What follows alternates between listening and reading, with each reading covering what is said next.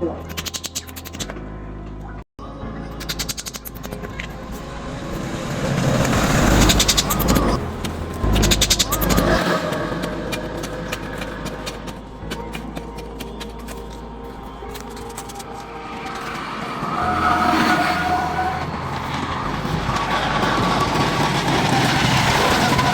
দেশবাসী, আমি এখন আছি একটি মেইন রোডে।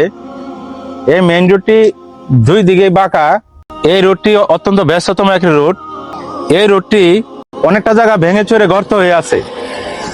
আমি এখানকার একটি লাল নিশান গেড়ে দিয়ে গেলাম, যেন ড্রাইভার ভাইরা গাড়ি চালাতে গিয়ে লাল নিশানটি দেখে যেন তার গাড়ি উনি চালিয়ে যেতে পারেন।